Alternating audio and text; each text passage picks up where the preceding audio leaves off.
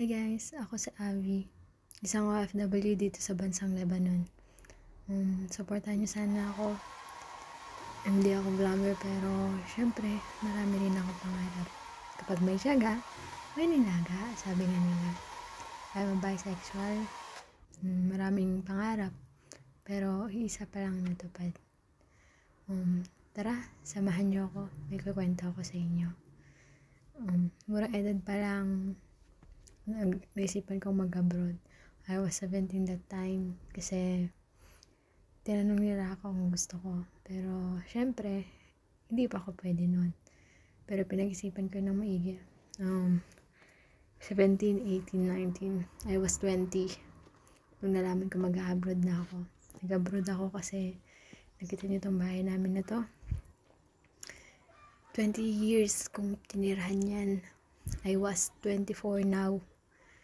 Pero tingnan nyo naman yung bahay namin, di ba?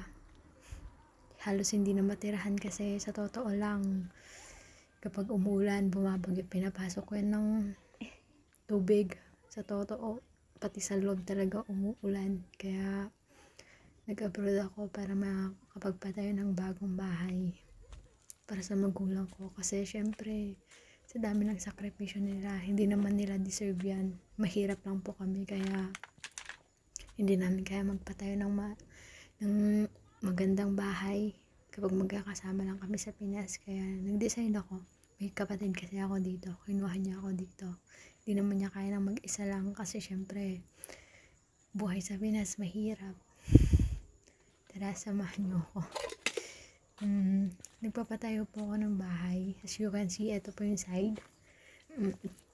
Kaso nga lang hindi pa siya tapos kasi ikukwento ko sa inyo yung reason kung bakit sa susunod na vlog ko. Kasi ngayon kasi nag-vlog lang ako para ma-share sa inyo kung anong buhay namin dun sa Pinas.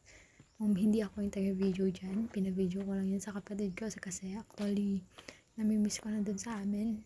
4 years na po na hindi ako nakakauwi. Sobrang miss ko na dun. Tara, pasok tayo. Probinsya dito sa amin. Tingnan nyo naman yung pintuan namin. Matik yan. Ito, diba? Sino na kami sa kanilang probinsya. Yung mga taga-Quirino dyan, baka naman, mag-hi kayo. Taga-Quirino po kasi ako. Pero yung papa ko, taga-Iloilo siya kasi Bisaya po siya eh.